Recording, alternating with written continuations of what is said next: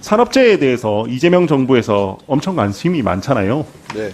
이재명 대통령께서 여러 가지 이야기들을 많이 하셨어요. 조금 더 엄벌이 필요하다. 여러 가지 뭐 과징금부터 해서 면허 취소 여러 가지 등등 아주 큰 제재가 필요하다 이야기를 많이 하셨습니다. 그 중에서 이런 말씀도 하셨어요. 실제 이익을 회장이 보는데 책임은 사장이 지고 있지 않냐.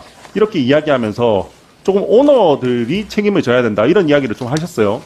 장관님께서도 포스코 ENC 사건에 대해서 본사 및 CEO의 안전관리 실패라고 생각한다. 이런 이야기도 하셨습니다. 그죠? 자, 이번에 코레일 같은 경우는 지분 100%를 정부가 소유하고 있는 기업입니다.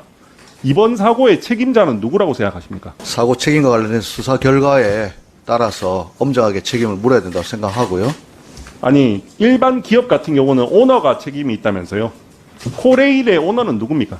100% 지분이 있는데 이거의 정부의 수장인 이재명 대통령 아닙니까? 대통령도 아마 이 사고에 대해서 크게 관심을 가지시고 책임을 느끼시지 않을까 생각합니다. 그 느끼면 됩니까, 그냥?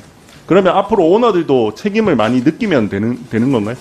그 책임에 따른 조치는 별개의 문제라고 생각합니다. 어떤 조치를 해야 한다고 생각하시죠? 누가 어떤 조치를 해야 됩니까? 그 대통령께서 어떤 조치를 해야 한다고 생각하시죠? 대통령께서는 더욱 안전한 철도, 더욱 안전한 일터를 만들기 위해 모든 조치를 취해야 된다고 자, 생각합니다. 그러면 앞으로 그러면 기업 오너들도 더욱더 안전한 산업 현장을 만들기 위해서 그런 노력을 하시는 걸로 책임을 지면 됩니까?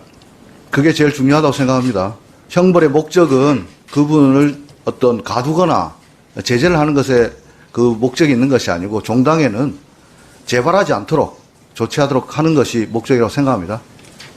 자, 얼마 전에 수해로 많은 사망자분들이 나오셨습니다. 네. 알고 계시지요? 물론 뭐 산업재해는 아니지만 재해 사고로 인한 사망에 대한 점에서는 뭐 비슷한 측면이 있다고 생각합니다. 이 점에 있어서는 누구의 책임이라고 생각하시죠?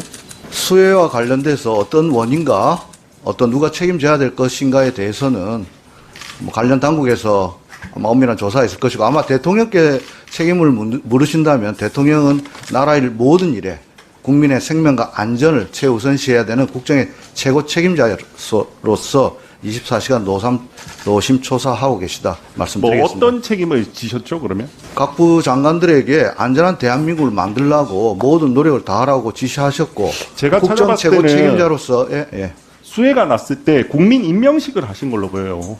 수해가 났을 때 그때 한창 이럴 때 수해가 한창 나서 막 사망자하고 나오고 했을 때 국민 임명식이 있었던 걸로 보이고 대통령께서 사과하시는 것도 잘 못 본 것 같습니다. 내 책임이다. 사과하시는 것도 잘 못 본 것 같습니다. 어떻게 생각하십니까?